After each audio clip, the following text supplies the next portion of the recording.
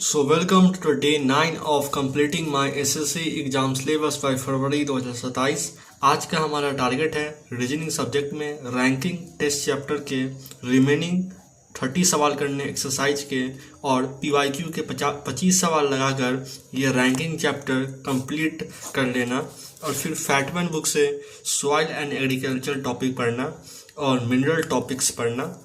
ये दोनों टॉपिक पढ़ के और फिर सिलेक्शन वे और जो कि टेस्ट रैंकिंग ऐप है गगन सर का, उससे एटमॉस्फेयर के 2 टेस्ट है फ्री में है, उससे 2 टेस्ट लगाना। तो ये रीजनिंग का है डे 9। क्वेश्चन नंबर 47 एक्सरसाइज में टोटल 75 सवाल थे।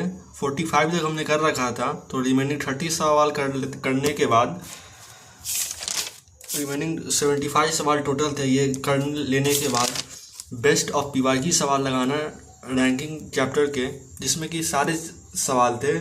CGL के भी सवाल थे, रेलवे के भी सवाल थे, UPSI के भी सवाल थे और UPSC प्रीलिम्स के CSAT पेपर के भी सवाल थे। सारे एग्जाम के सवाल थे। आखिरी में जो 2-3 सवाल हैं वो UPSC CSAT पेपर के हैं। ये वाला सवाल CGL मेंस का है। ये क्वेश्चन ये हमने सॉल्व किया और इसी के साथ ranking chapter the complete and हो गया है।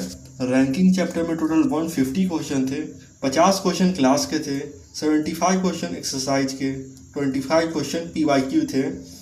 जिस 50 में से मेरे 37 सही हुए, 75 में से 60 क्वेश्चन सही हुए, 25 में से 21 सवाल सही हुए।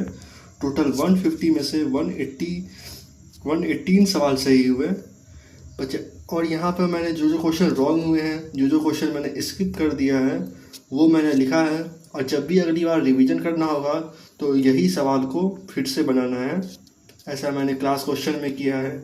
जो 75 क्वेश्चन है एक्सरसाइज में, उसमें कितने रॉन्ग हुए हैं, कितने क्वेश्चन मैंने स्किप कर दिए हैं, वो लिखा है। और बेस्ट ऑफ PYQ में 3 क्वेश्चन गलत हो गया है, 1 क्वेश्चन स्किप। और टोटल रॉन्ग प्लस स्किप देखा जाए तो ये 32 क्वेश्चंस हैं।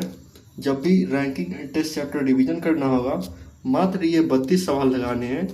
यहाँ पे आप देख सकते हैं मैंने कुछ क्वेश्चन पे क्रॉस लगाया है और कुछ पे नहीं लगाया है। क्रॉस लगाने का मतलब ये है ये सवाल मेरे अटेम्प्ट किया और ये गलत हो। इस जैसा कि आप देख सकते हैं ये स्टेनो का सवाल है, MTS के 2 सवाल गलत हो गए। ये UPSC CSAT का PYQ है। फिर हमने परमार SSC फैटमैन बुक से, परमार सर के फैटमैन बुक से सॉइल एंड एग्रीकल्चर टॉपिक पढ़ा। ये soil agriculture and mineral topic पढ़ा।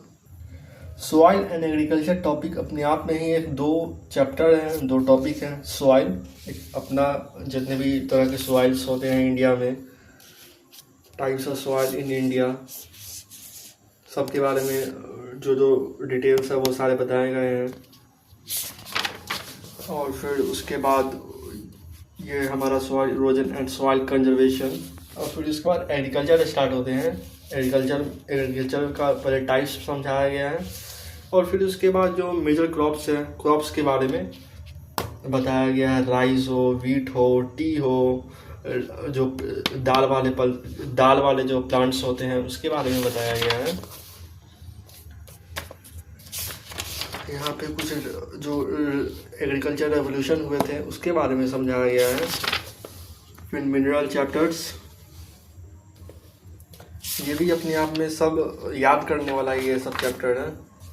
हर एक चीज़ इम्पोर्टेंट ही है।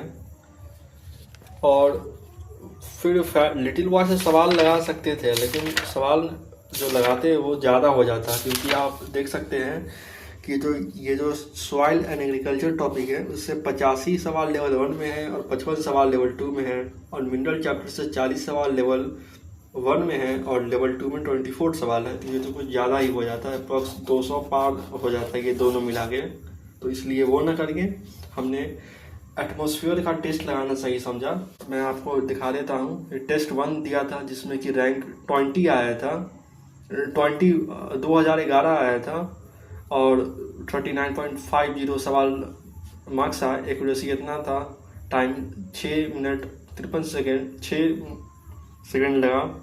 21 सवाल मैंने अटेम्प्ट सही किए 25 में से और टेस्ट 2 में 20 में से 17 सवाल सही किए, 4.3 सेकंड लिए और 26.5 मार्क्स आया, जिसमें कि रैंक हमारा 1548 था। फिर मिलते हैं कल।